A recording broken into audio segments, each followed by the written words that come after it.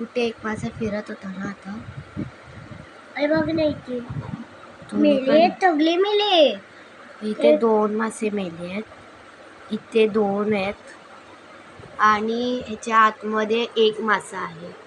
इथे एकच मासा इथे आहे. झुमतात ना. बस झालं, एवढं झूम नको. किती आला?